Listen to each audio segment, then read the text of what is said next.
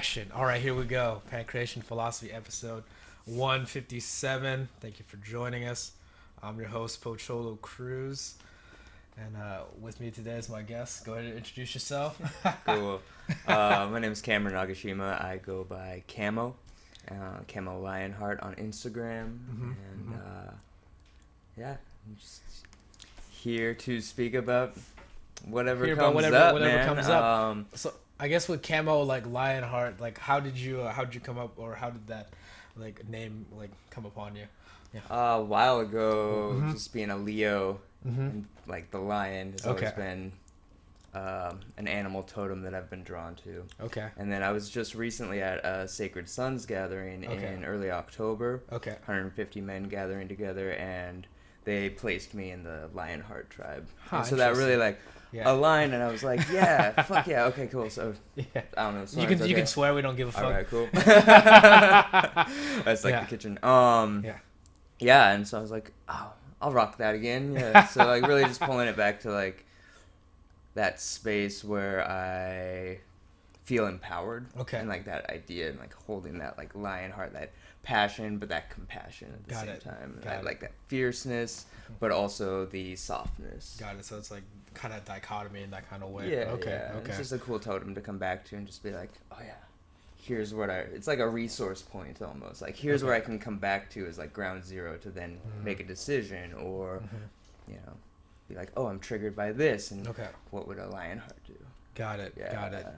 And I guess so Camo, you're involved in like several like creative like fields. So I guess like how did you get started like in them? I guess let's start with like photography. Like you're a photographer, right? Yeah. So how did that begin for you? So that was one of my first creative endeavors. Okay.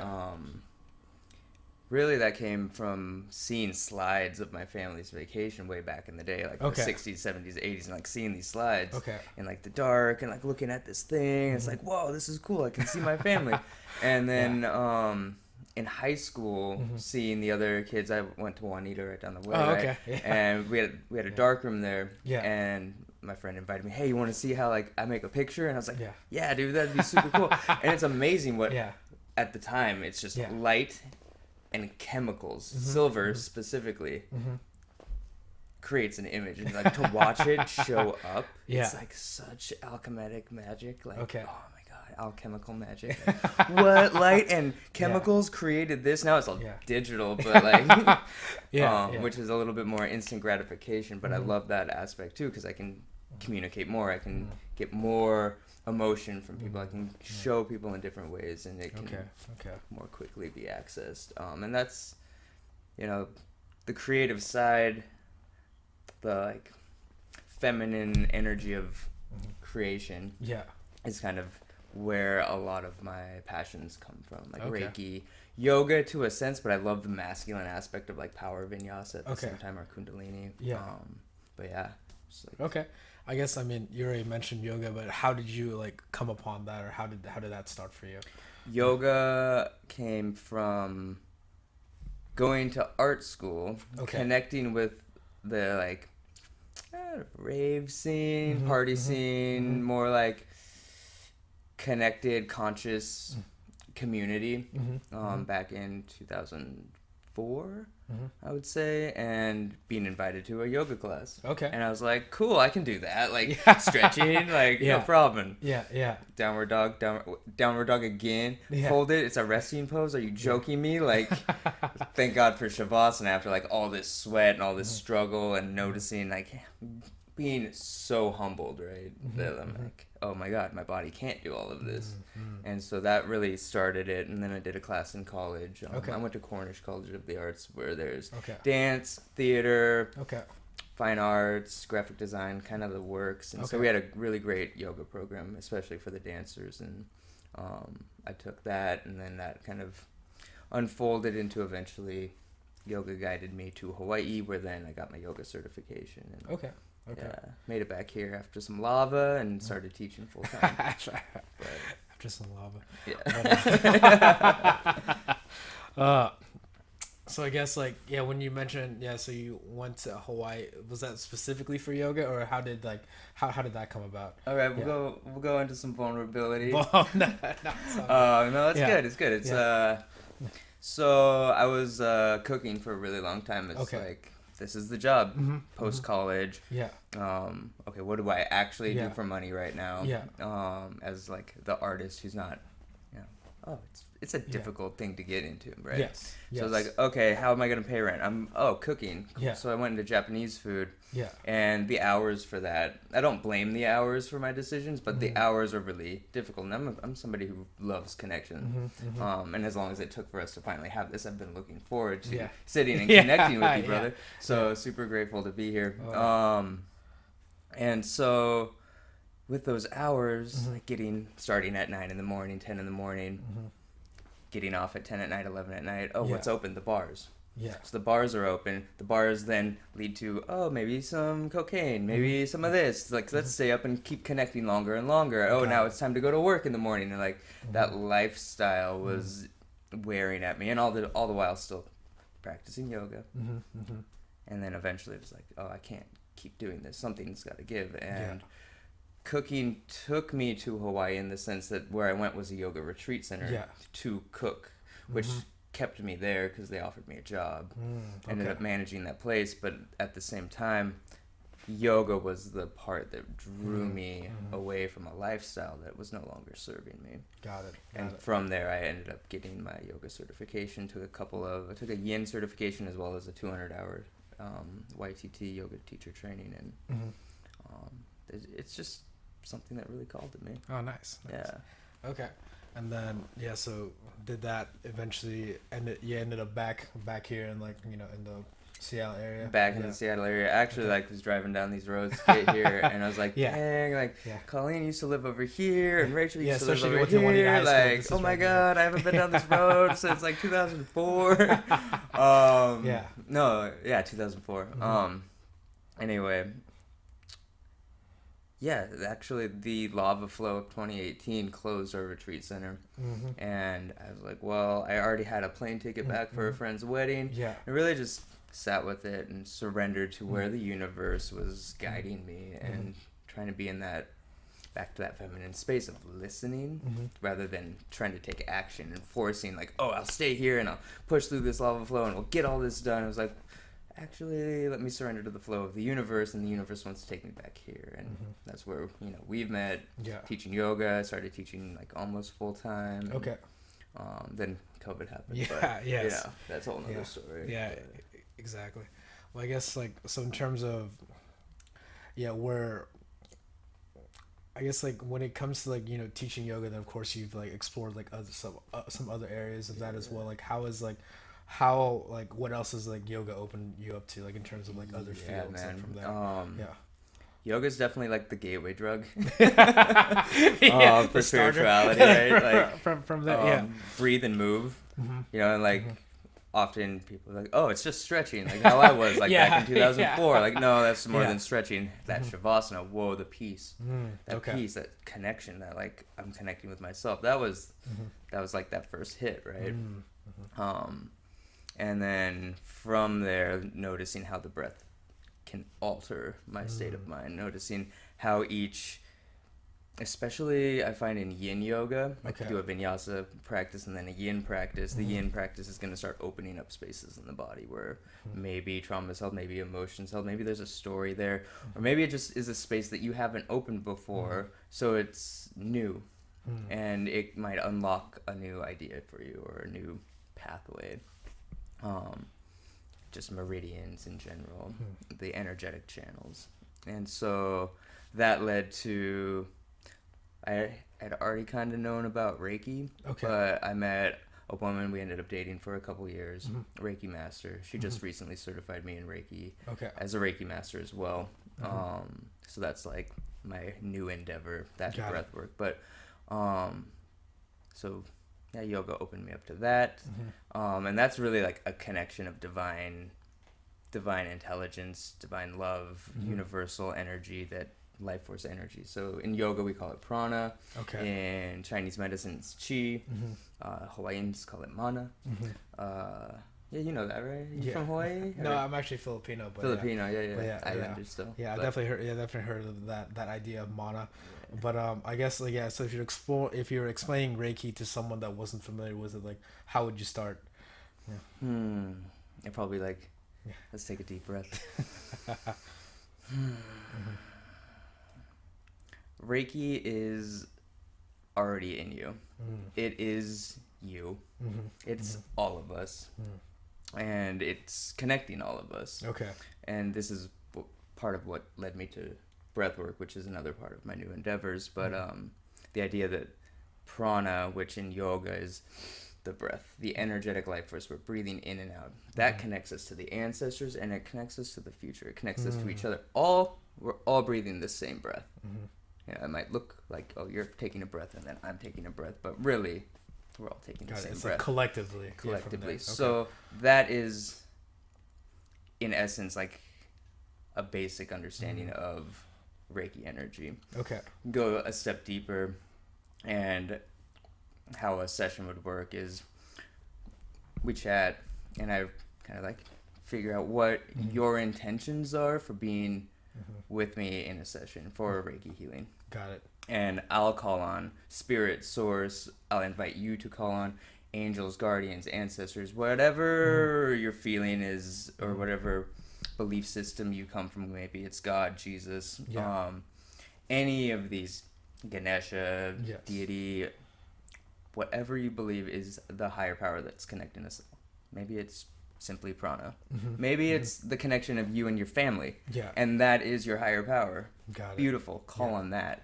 And we're bringing that through as an intention. And then I just become a channel, a conduit, a vessel for the intention of the loving energy of Reiki. Okay. So like the Usui who kind of developed this, he's up on a mountain in Japan, like, oh my God, I found enlightenment. And this is a basic story, like total like shorthand.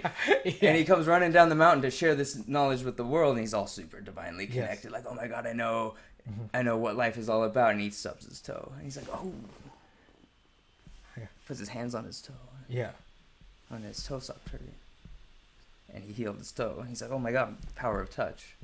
So even that, like at a basic level, to go like into the nitty gritty of where a Reiki master is like we have tools, kind of like paintbrushes, symbols that we use to really guide the intention of what you're seeking, what you might be calling in, whether it's physical healing, emotional, mental healing, or just simply to relax.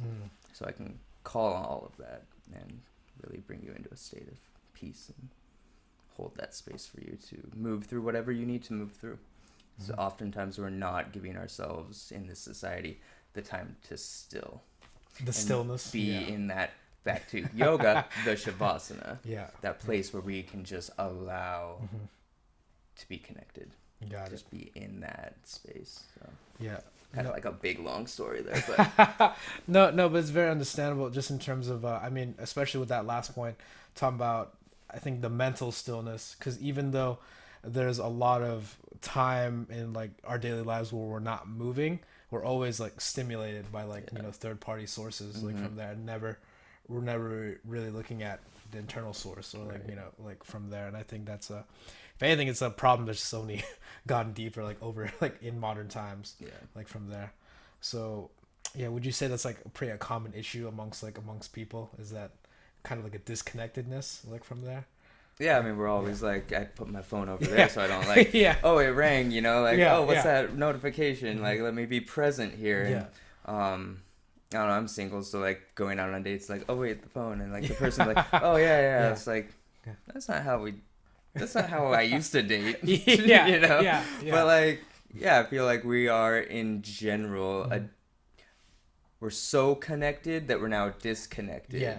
Because like, oh, I can see you on Instagram, but I'm comparing. I just noticed this today. I'm sitting here comparing myself to people, judging myself. This is now creating a duality mentality versus a unity mentality, where we could be coming into unity through these technologies, in my opinion.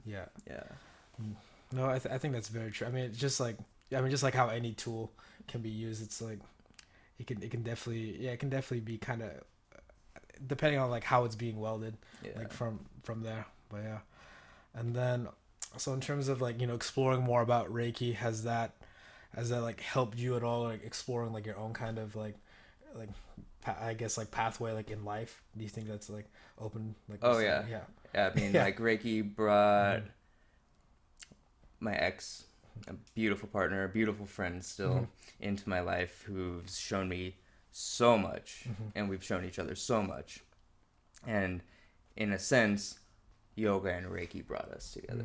Okay. And then, Reiki is now a part of my practice, where I'm like, I'll take the time to call in source, spirit, great spirit. I like great spirit. Okay. And really come into my body and invite it in to do the work that needs to happen. And there's like no bad that can happen from it. It's just like, go to be for the highest good. Go into Cholo to be for the highest good of him, or this person or the world. Like, so for me, it's another time that I get to spend with myself versus on the internet with myself. I'm alone, but I'm here on my screen or I'm watching this TV. It's like, I have a practice to just be still and listen. Got it. It's like a different kind of conduit, the kind of way. Yeah. Okay. Yeah. And then in like further exploring that, like how do you because there's like that self-discovery, and then because when you're teaching others, it's like you said, you're kind of like guiding them in terms of like what are some like general ways that you help guide people like for their practice of Reiki. So for Reiki, I'd be attuning them to the Reiki energy. That would be, they're literally coming to me as a student versus but like as a client or as a receiver. That's kind of a different relationship. Okay. So as a client, you're coming in and I'm just guiding you into a state of peace to be receptive for the Reiki to come in and do the work. And as a student of Reiki, and it's like a weekend that we would spend together. Okay. Where I'd attune you. I'd just give you the knowledge and I'd attune your energy to the symbols, to be a channel for the Reiki. As a client coming to me, and what I would leave them with is maybe some breathwork practices. And like bringing in the breath and how you can tune into yourself driving your car. How you could take 5 minutes, maybe even a minute. I have a minute between cooking dinner and when my kids need to go get whatever, and taking a couple breaths and just watching that and being conscious of that, and giving them the tools to maybe activate their sympathetic nervous system in the morning so they can get going and moving into not the intensity of fight or flight, but activation. Or, oh my gosh, I'm so stressed out. Let me give you a 1-2 breath to bring your parasympathetic nervous system down to rest and digest, where we breathe in for, say, 4 seconds in, 8 seconds out. So I definitely recommend that to all your listeners. If you're like feeling intensity, feeling triggered, like 4 seconds in, 8 seconds out, 5 seconds in, 10 seconds out, whatever you want to go with that, whatever's available to you, that will bring in a restful state where then you can make a decision from a Lionheart space, a calm space of like, what is my intention here? And what part of this is mine? And what part of this is maybe somebody else's? Got it. And I know you also mentioned that breathwork is a big part of like your practice. I guess like how did that develop for you, like in terms of like learning and some more vulnerability. Okay. I am 6 months without a cigarette, which is hard for me to say, but also I'm super proud of it. So off and on smoking for the last 2 years, like really since starting to teach yoga. So going through a lot of guilt and shame around it, like, okay, 6 months off, and like, okay, I give in. And you'd be surprised how many yoga teachers smoke. But anyway, not to throw us all under the bus. I love teaching pranayama. So that's like the breath work of yoga specifically from the yogis, rishis, all of these ancients. So you'll have like breath of fire, which is in and out through the nose, equal parts, and kind of forceful, like where you pulse the navel. That's going to activate. Square breath. There's a bunch of them. Okay. But there's multiple. So that was really something that was intriguing for me. One, probably because I'm a smoker, but learning through working with different healers, like, oh, I probably smoked because of the grief that I held from my past. So I was pushing that down and not able to take. Anyway, getting back to the focus before I just go down this huge tangent of my life. Within yoga, there's pranayama. Pranayama really called to me, and then I found breath work. And breath work, it's like a big umbrella term, but when you'll see it around like Instagram or any healing, it's usually either rebirthing or holotropic breathing. And so rebirthing is an inhale through the mouth and then a soft exhale, and it's all happening in and out through the mouth. Holotropic is active inhale, active exhale. Okay. And so I'm in school right now. We're halfway through an 8-month program with Alchemy of Breath, which they combine the two, and they call it the conscious connected breath, where we're conscious connected active breath. Inhale, passive exhale, but utilizing music the way that holotropic breathing does to really bring it up, kind of like we're going up a mountain and then coming back down. Interesting. And this, for me, really digs into unconscious things that I might be holding. So kind of like going back to where I was talking about yin yoga, like opening us up to new experience, new energies, maybe even stories or traumas, even hidden ones, unconscious, subconscious. The breath work is a way to get into there and go awaken. And then once it's in the conscious, it can be healed. It can be let go. You can be aware of, oh, I repeat this pattern over and over. Why is that? Oh, because in my case, my father didn't show up for me, so I have abandonment issues, which means in my experience of feeling love, I actually feel unworthy of that love. So I'm going to, in relationship, push away or retreat because I know that eventually I'm going to be abandoned. And now that I know this, I can actively work towards healing that and not... maybe not isn't the right word. Let me find my words. It's a little late for me. But no longer continue to repeat that pattern in my relationships, in my friendships, in my romantic relationships, in my family even. So like, which has brought me to a place where I'm finding the ability to understand how to forgive my father for not showing up. So it's this big, huge circle of how can I show up best for me? What tools can I use to awaken these things so that I can then, so that then I can show up as my highest self in all of my relations. Got it. Yeah. So kind of going back to that central idea of like bringing like the greatest good inside of you, and that's the way that it represents itself like from there. Yeah. Okay. And then, so I guess like, well, I guess you kind of already mentioned several different breath work, but I guess for somebody like that wants, that's trying to begin, like how, do you just set some time just to focus on that, or like how does one start in terms of like working on their breath? Dedication, yeah. As with anything. So hit me up and we'll do some work together. But really the first place to start, and this is where I think yoga is, why I say yoga is kind of the gateway, is because you can be active and focus on the breath, and that's when those can connect. It's beautiful. Whereas I feel like it's harder to sit still and then just focus on the breath because of the way we've been conditioned in society. But that would be the easiest way. Set a timer, 3 minutes, sit down, no distractions, just breathe and watch the breath, and then watch the mind. Watch the monkey mind go, oh, what am I having for dinner? Wait, I'm supposed to be breathing right now. And we're not like judging ourselves when we're doing that. It's not like, oh, you idiot, you like started thinking about that instead of focusing on your breath. No, this is hard work. It's not easy, but the benefits are beautiful. So just sitting down.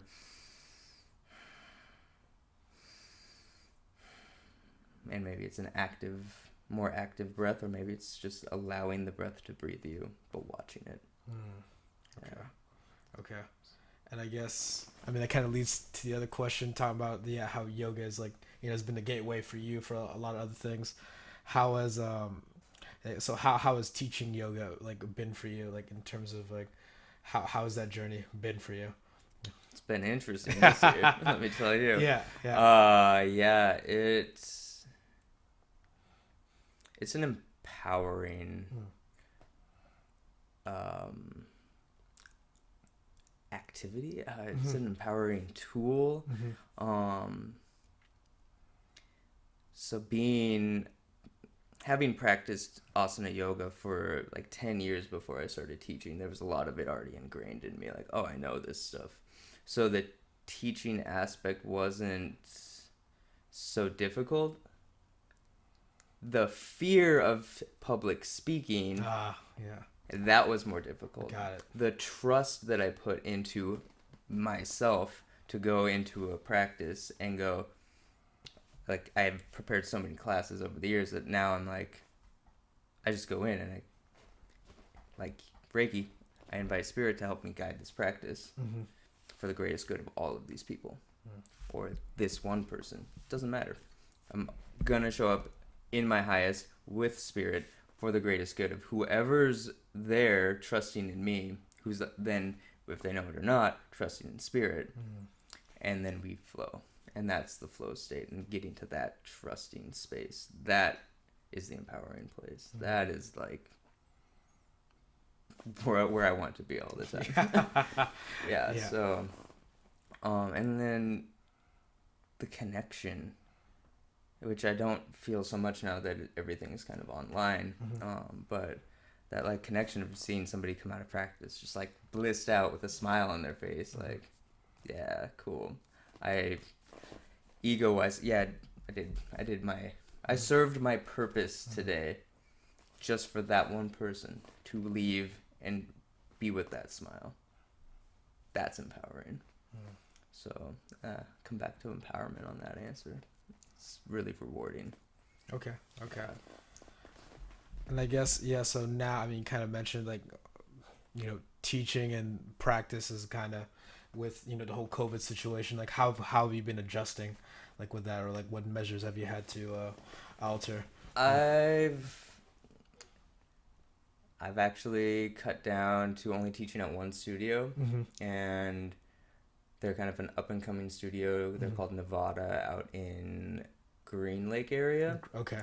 Here in Seattle, and we do online right now, and then I guess we're opening back up to in person. Okay. Starting tomorrow. Oh, okay. But like only up to 5 people or something. Okay, so like a limited amount. Yeah, and once where we met at B1, once they open, I'll teach in person classes there too. But for me, it's just not quite the same to do online for me. It's not the same intention that I went in with. So that's where I'm like, oh, Reiki, I can connect one-on-one with people. Breathwork, I can connect one-on-one with people. I can also eventually guide giant groups of breathwork and have really powerful experiences with that. That's for the future. So yeah, coming into that space of connection with the Reiki rather than the yoga lately has been more of my path. Kind of more of what you've been focusing on, like from there. Okay, and then I guess like looking ahead to things that you're working on, or like, and are there any like upcoming projects or any upcoming like things that that you're looking forward to? Well, graduating this breathwork facilitation training. So we go through like, it's 4-month program or an 8-month program, and over the first 4 months or so, we're really learning how to facilitate, like how to hold the space for the client, for the group, and just lead in a way that people feel held and people feel, again, safe and secure to go into this work. Now we're moving into the physiological, the physical aspects, how the diaphragm works, and like really getting into the details of how the body's actually able to begin to heal the trauma through the breath, or heal whatever needs to heal. And sometimes it's just, honestly, breathwork can just be a mind-altering practice. I did a breathwork with my friends Yaima, who, they're a beautiful band. You'll hear them in a lot of yoga practices, but they were down at Envision, and I did a practice with them, and it wasn't about healing this trauma. It was about like altering myself into a different state of consciousness, and it was beautiful. So yeah, there's lots of different intentions around that. Okay. But yeah, so project wise, working on a 21-day breathwork challenge where we'll start at very beginning of like I said, sitting and just focusing on the breath, like maybe 5 minutes. Maybe we'll do a 10-minute a day thing, and then doing a different type of breath every day, and then eventually at the end doing a full like group Zoom session. So that'll all be online. I do want to bring back some online yoga stuff, but maybe do pre-recorded versus depending on people to show up for a Zoom practice, because what I notice is like people will sign up and then not show up, like oh, this comes up or that comes up, or I need to cook dinner for the kids, and like so just like here's a practice, I can pre-record them, set them up, it's available for people, and then just rebranding and building a new business with the Reiki and breath work. So I guess in like the rebranding, or I guess like building a new business, I guess what aspects like are you trying to implement like from there, like at least in terms of like, you know, like getting clients or like connecting like from there? Well, working with the challenge of COVID where I'm not meeting people in person as much. So I'm going to be getting back on social media again. It's been a couple months. Like I took a break from Instagram in November and I haven't posted since, and it's just been like I'm just not called to, and I really want to show up fully and in presence with a specific look, an idea, and intention to really connect nature to self, connecting self to self. So with that idea, we'll be utilizing breath practices. I use A Course of Miracles and work that there's a lesson a day. Today's is my thoughts. Nothing I think means anything is basically the process, but it's just like one lesson in a set of 11 that goes all year. And so just trying to inspire others by inspiring myself that inspires others. As we're all one, like let's all inspire each other. And here's the tools, here's the medicine that I have, and how can we connect? Your medicine right now is this podcast to let me speak my truths and share with the world. For sure, just building that collective from there. Exactly. Okay. So, cool. I think that's pretty succinctly said.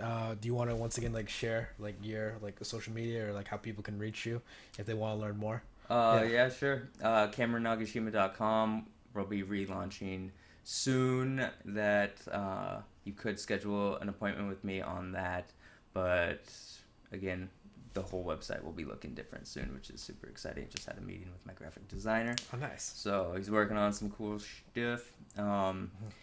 At Camo.Lionheart on Instagram is probably the easiest, and you'll see a bunch of cool photos. That's another project that I'm always working on, is doing photos for people. Doing photos, so I love doing photos. It's been a part of my life, over half my life, as I'm 35 now. So it's like, let's do some photos. Let's do some photos. Yeah, sure, man. Sounds good. All right. Okay, guys. That's been Camo. Thank you. And then cool, man. Thank you. Yeah, brother. Thank you. It's been fun. It's like chatting up a storm. Chatting up a storm. Yeah, man. I guess I need to plug in some stuff for here. All right. Thanks for listening. Pankration Philosophy. Cool. If you want to support the show, you can go to www.patreon.com/Pankration. That's Pankration spelled Pankration. You can also buy some Pankration Philosophy merch on Spreadshirt. That's spreadshirt.com. Look up Pankration Philosophy. And then thank you for either watching us on YouTube, listening on SoundCloud, Spotify, let's see what's called, Apple Podcasts, Stitcher, and other sources. All right. Thank you again, listeners, and goodbye. Aloha. All right. Yep, that's good. Cool, man. Yeah, man. Thank you, Camo. That was fun. That's great. Reiki? You want me to talk about Reiki?